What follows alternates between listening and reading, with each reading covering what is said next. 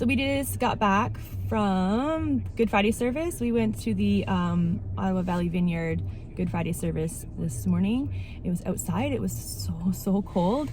But I thought it was really interesting. I love it when there's parts of scripture that that come out that I either haven't seen it that way before, I see it in a new way, or I just didn't realize that symbolism was there. And that kind of happened this morning for me.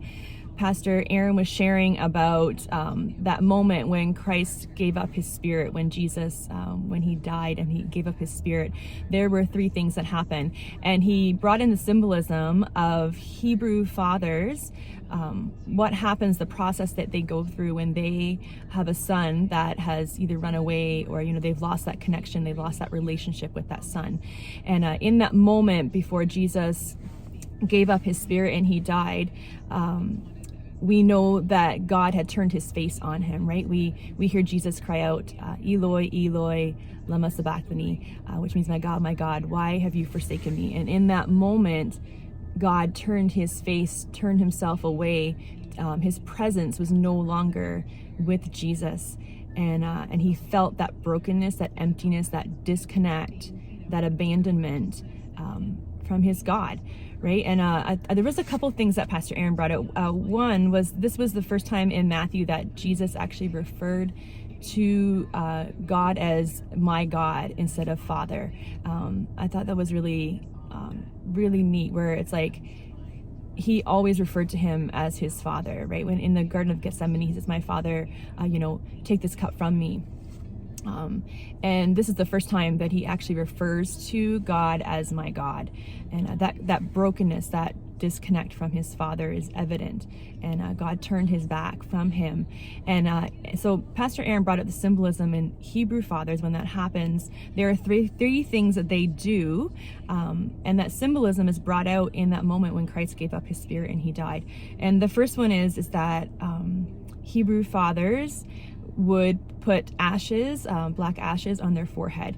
And in that moment when Christ gave up his spirit, we see that the sky darkened.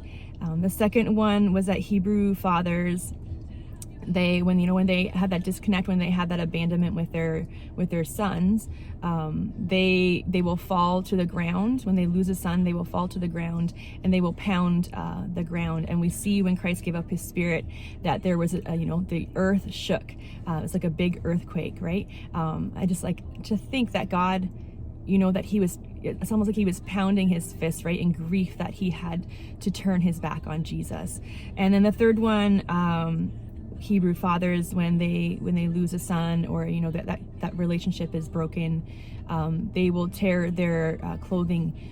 And we see that as well with the veil, right? When Christ gave up his spirit, the veil tore from top to bottom, which represents that we now have access to the Father. But I never saw that other side of the symbolism before. And just to think on that this Good Friday, that it's not that that Jesus felt abandoned, and that Jesus felt like he was no longer in the presence of his Father, but to think on the other side where God was no longer in the presence of his Son, right? That he grieved over the loss of his Son in that moment, that he had to turn his face on him, that he had to abandon him in that moment so that Jesus could take on the full weight of our sin.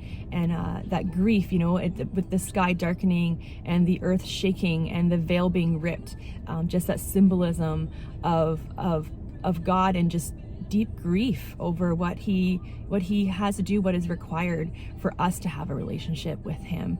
And I just thought it's a side I never saw before in Good Easter, to not just see Jesus taking on the sin of the world, but to see the grief of the Father over having to abandon his Son so that we could have a way to him, and that he was willing to sacrifice that, and he was willing to do that for us. Yeah.